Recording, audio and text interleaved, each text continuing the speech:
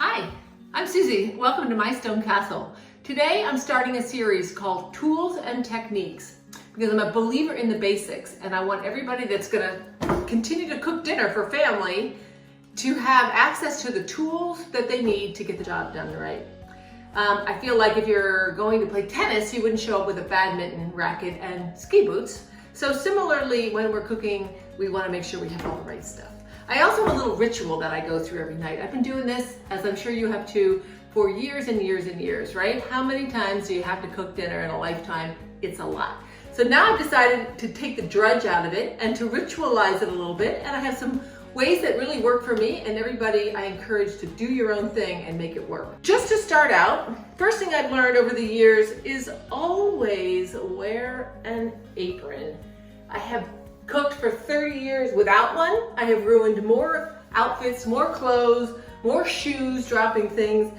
And what we learned at the Culinary Institute is have an apron that you can tie in front of you. And the fatter I get, the harder that is to find, but it's all good. And the reason for that is you want to take the most important thing you'll use throughout the cooking is your dish towel. So I tuck it right in there, and then when I need to dry my hands or wipe something up, I have it right there handy.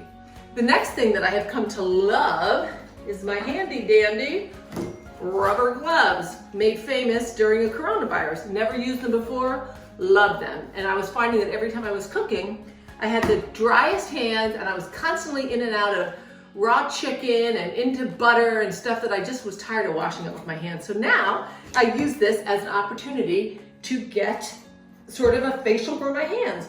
And I squeeze out a little Aquaphor, I rub it on, and then I pop on these ever fashionable rubber gloves.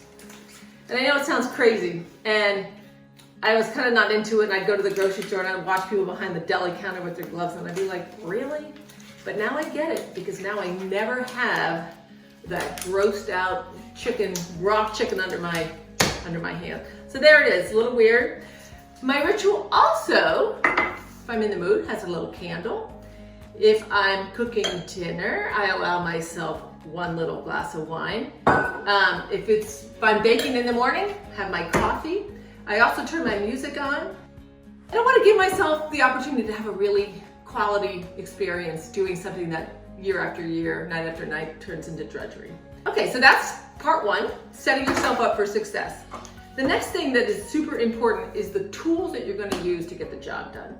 I'm a real fuss when it comes to knives. There are different kinds of knives. This is a paring knife. This is a boning knife. This is a serrated knife for bread.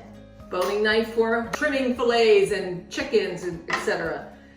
A French knife, and you can see I have two different sizes. I really love these because proper knife technique uses the shape of the knife to help you with the cutting. So in this case, I'm just using the shape of the knife and my fingers, and we'll talk more about this in a subsequent video, using my fingers to let the knife roll on the cutting board. Makes life super interesting. So, little heavier shape, bigger knife, smaller for more fine work, but I love both, and you cannot you cannot use a boning knife to cut things. This is strictly for the purpose that it's intended. So get your knives together, go on Amazon, buy the right thing. Other thing I love, kitchen scissors. Mission critical that they come apart so you can put them in the dishwasher, but they're super for anything from cutting the fat off chicken to opening packages. It's a must, gotta have it. Other thing you can't live without is my bench knife. Helps me clean up and tuck things into a corner, and love my bench knife, can't live without it. My favorite thing is my ginormous cutting board. I got it out of a flea market. I sanded it, I cured it with beeswax and mineral oil, and this is sort of the launching point for what we're having for dinner. I typically put everything that I'm gonna work with on the board. If I'm gonna be dealing with raw chicken or something, I sometimes put a plastic over the top so I don't get chicken parts, etc. on the wood board, but love it. Highly recommend. The bigger the better. I have it high because I'm tall, but get yourself a board that is not some flimsy little plastic piece of junk that's gonna flop all over the place, dull your knives, and slip and slide. So they're also kind of dangerous also. Okay, so back to the knives. The other thing that's super important is keeping them sharp. All kinds of knife sharpeners. This one I love. There's a coarse side and a fine side. And you just slide the knife through the coarse side and finish it on the fine side. If I didn't have my gloves on, I could tell you how sharp that is, but it doesn't take much to get it really perfect. Okay, so let's move on to some cookware. So on to the cookware. My favorite brand, bar none, is a brand called All-Clad. And All-Clad is a bonded stainless, aluminum, and copper. And they have created a formula that creates the most incredible pans that distribute heat beautifully, brown things beautifully. So I have them in a few sizes. And I also recommend having a Teflon or nonstick pan. I only use this for eggs and for things that I don't want to stick. But these are my workhorses. I've had these for 20 years and they are incredible. The other thing you need is a cast iron skillet. I wish I had the bigger one. I make everything from cornbread to blackened steaks in this thing in the middle of the winter on this high heat. So gotta have that. Also love, I'm a big fan of glass lids that can fit right in the pan. If you have spinach sauteing in there, just put the lid on for a minute and you're good to go. And you don't have to keep looking under to see what you've got going on.